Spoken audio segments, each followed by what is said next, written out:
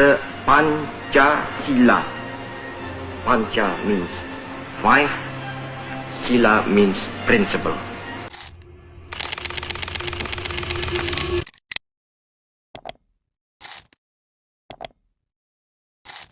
Bismillahirrahmanirrahim. Assalamualaikum warahmatullahi wabarakatuh. Waalaikumsalam warahmatullahi wabarakatuh. Alhamdulillah bi'alamin. Wassalatu wassalamu ala asyrafil anbiya'i wal mursalin wa ala alihi washabihi ajma'in. Perkenalkan diri, nama saya Dr. Muhammad Aulia, MTisul MA. Kalian bisa memanggil saya Pak Aulia. Latar belakang saya peneliti sosial, budaya dan bahasa. Kebetulan pada kesempatan ini diamanahkan sementara sebagai koordinator program studi S3 Doktor Pendidikan IPS di Sekolah Pasca Sarjana Universitas Syahkuala. Nama saya Baktiar. Saya dari Partai Gerindra Kota Banda Aceh. Perkenalkan, nama saya Teja Syahrudin. Saya merupakan mahasiswa angkatan 2022 Prodi PPKN FKIP USK. Pak, jadi wawancara kami kali ini kami membahas topik politik identitas saat perbedaan jadi senjata. Politik identitas ini muncul ketika perbedaan seperti suku, agama, dan golongan dipakai sebagai alat untuk mencari dukungan politik. Padahal, kalau dipakai dengan cara yang salah, hal ini bisa mencegah masyarakat dan menurunkan nilai persatuan yang sebenarnya jadi dasar Pancasila. Nah, kami ingin tahu nih Pak, pendapat Bapak sebagai seorang akademisi tentang hal ini. Kakak setuju nggak kalau misalnya politik identitas itu bisa bikin masyarakat jadi terpecah belah? Dan kalau misalnya kakak setuju, apa alasannya kak? Kalau kita lihat dari kasus Pilkada DKI Jakarta tahun 2017 itu kan banyak orang bilang waktu itu politik identitas sangat kuat, di mana-mana isu agama dan suku dijadikan bahan untuk menarik dukungan. Jadi menurut Bapak sendiri, gimana pandangan Bapak tentang hal itu? Apakah politik identitas seperti itu wajar terjadi dalam persaingan politik atau justru berbahaya buat persatuan masyarakat? Secara alamiah, memang politik identitas ini merupakan karakter yang innate ya. Karakter innate itu artinya secara otomatis ketika kita dilahirkan pasti kita menganutnya.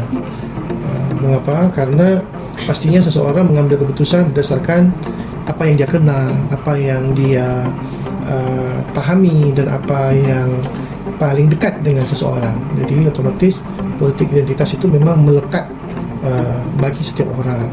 Namun seiring waktu, ketika kemampuan akademik, kemampuan politik, kemampuan kewarganegaraan seseorang bertumbuh dan berkembang, otomatis politik identitas diwarnai oleh beberapa aspek yang lain, yang berujung bisa-bisa saja seseorang itu memilih seseorang yang lain sebagai pemimpin masa depan mereka, bukan lagi berdasarkan politik identitas, tapi berdasarkan pada pertimbangan-pertimbangan rasional.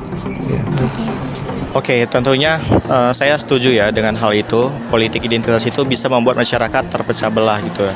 Kita tahu politik identitas itu kan dia mengaitkan dengan identitas, baik itu suku, agama, ras, budaya, warna kulit ataupun antar golongan gitu kan.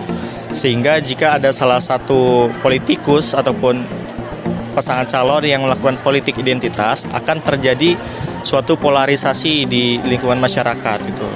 Sehingga alasan itu bisa menjadi kuat bahwasannya politik identitas dapat memecah belah masyarakat, terutama masyarakat yang berbeda golongan tadi. Tapi kalau menurut saya politik identitas itu memang sangat perlu, karena politik identitas itu merupakan jati diri dari kader partai maupun pemilihnya.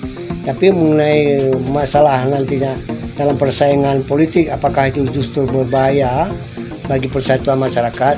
Saya rasa tidak berbahaya kalau menurut saya. Tapi apakah ada saran gitu tentang politik identitas ini? Ya. Sarannya ke depan adalah ini teruntuk pada orang-orang yang mungkin dia terlibat dalam bidang politik, kemudian dia mencalonkan diri di pemilu ataupun pilkada gitu kan, untuk sebaiknya membatasi politik identitas ini, terutama apalagi sampai dia melakukan hal-hal yang dapat memecah belah ataupun polarisasi di lingkungan masyarakat. Boleh kita memihak ataupun pro kepada kelompok-kelompok tertentu gitu kan. Namun juga perlu ada kesetaraan karena kita tahu bersama kan di Indonesia ini beragam suku, agama, ras dan budaya seperti itu. Sebenarnya masyarakat sudah mengetahui nilai-nilai apa yang harus diterapkan. Hanya terkadang masyarakat memang memiliki sebuah kepentingan yang lain. Kepentingan yang lain itu adalah kepentingan dirinya, kepentingan keluarganya, dan kepentingan sekelompok orang di mana masyarakat tersebut bagian dari situ. Satu hal yang ingin kita sampaikan kepada masyarakat bahwa proses berpolitik bukanlah proses beradu domba. Proses berpolitik adalah proses di mana demokrasi kita bisa tercapai dengan cara yang baik, tidak dengan cara yang melanggar nilai-nilai budaya keagamaan yang kita anut, dan siapapun yang terpilih harus betul-betul bisa menjamin bahwa hak-hak yang tidak memilih dia pun hadir atau tercapai. Itu yang paling penting menurut saya. Jadi jangan fokus pada personal orang tersebut, tapi fokus pada apa yang dia buat, kebijakan-kebijakan apa yang dia buat yang membantu masyarakat. Itu lebih baik dibandingkan terlalu fokus pada personal orang tersebut. Ya, itu mungkin dari saya. Baik Bapak, terima kasih atas informatifnya yang sangat berguna bagi kami. Oke, baik. Terima kasih atas waktunya, Kak. Mungkin sampai di sini saja. Baik, terima kasih Bapak atas waktu dan penjelasannya. Sama-sama. Semoga pandangan dari Bapak itu bisa membuka wawasan kita semua supaya kita tetap menghargai perbedaan dan menjaga persatuan bangsa. Baik.